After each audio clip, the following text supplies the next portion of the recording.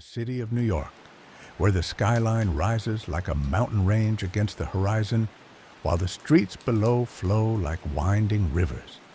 Surrounded by the concrete and steel, pockets of green breathe life into the city.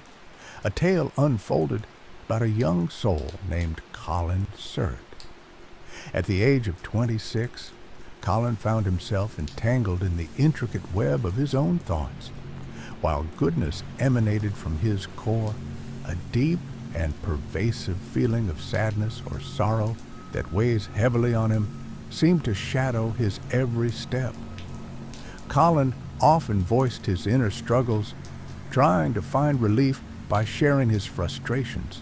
He struggled a lot with making decisions, which always seemed hard to figure out.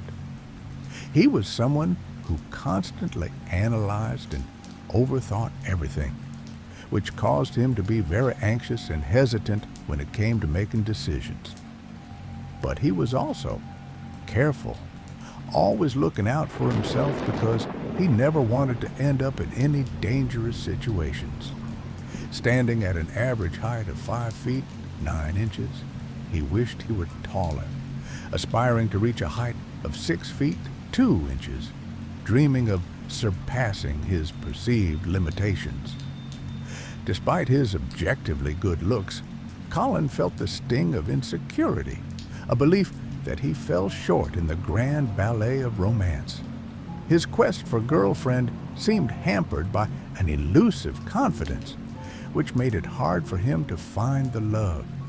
He really wanted someone to love, but it always felt just out of reach. In essence, he was a good-natured soul, blessed with robust health and born into a loving family. His father, Robin Surt, used to work as a laborer in the construction industry, but now he took on the unusual role of being a house husband. A past marred by the bitter taste of alcohol had transformed him into a man tethered to the shackles of addiction. A tragic incident at work, fueled by his intoxication, led to the death of a fellow worker and left him unemployed. The construction gears of industry had ceased to turn for Robin, but the gears of domesticity continued to spin. In the quiet corners of their home, Robin found solace in the bottom of a wine bottle, a habit that had, in part, unraveled the fabric of his once bustling life. Colin, however, still deeply loved his father, despite the scars of a past stained by regret. The echoes of a mechanical workshop had faded, replaced by the hum of household chores performed by a man seeking redemption. Teresa Surt, the matriarch of the family, brought a different rhythm to their existence. A teacher in a private school, her days were filled with imparting knowledge to eager minds. Colin, despite the tumultuous undercurrents, thrived under the benevolent gaze of caring parents. Yet, Colin chose not to be housed within the confines of his familial abode. A desire for independence and self-discovery prompted him to step beyond those familiar walls. He normally visited his family 2 to 3 times every month.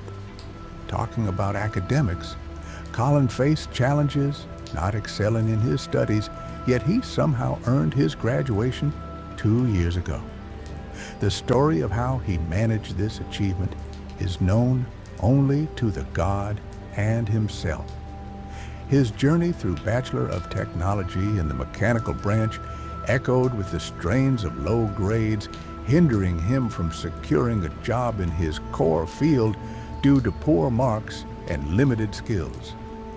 Undeterred, he pivoted towards the IT branch, aiming to acquire new skills. However, his learning journey was gradual, taking a year and a half to amass the necessary knowledge. After 2 years, he found employment in a low-profile job with a minimum salary.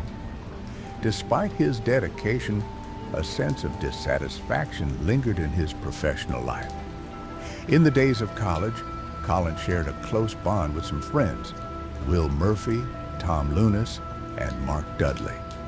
Among them, Will shone as the brightest, a project manager in an IT company, swiftly advancing in his career. Tom, on the other hand, found his place as a clerk in a private bank, courtesy of his uncle's influence. Mark, while not as intellectually inclined as Will, benefited from a solid family financial background, managing a small restaurant in the city. All the three friends lived in the same city. Yet Mark's character took a different turn. Lacking in wit and not conventionally attractive, he navigated life without a girlfriend, fixated on a desire for physical relationships. His discussions often veered towards girls and sex, devoid of any romantic sentiments. Unfortunately, his pursuit of companionship was marred by a disconcerting reputation that made girls wary. Despite facing difficulties, Mark found comfort in his financial stability and his relationships with shady individuals.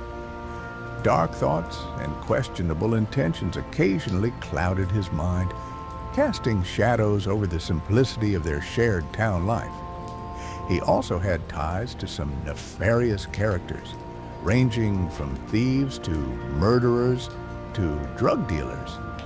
Speaking of Will, he stood out as the most attractive member of his group, his intelligence shining above the rest. While he shared ideas of Mark's fascination about girls, but his approach was more refined. Will had been in relationships with 4 to 5 girls, currently involved with an Asian companion. His conversations often carried the air of accomplishment, whether in career, relationships, or wealth. Despite his success, a twinge of envy lingered, particularly towards friends who surpassed his achievements. Will exhibited a certain self-centeredness, driven by a relentless pursuit of success. His vanity occasionally led him to mock others, even close friends, if it served his interests. Yet, despite these tendencies, he remained the best among them, fostering goodwill with everyone.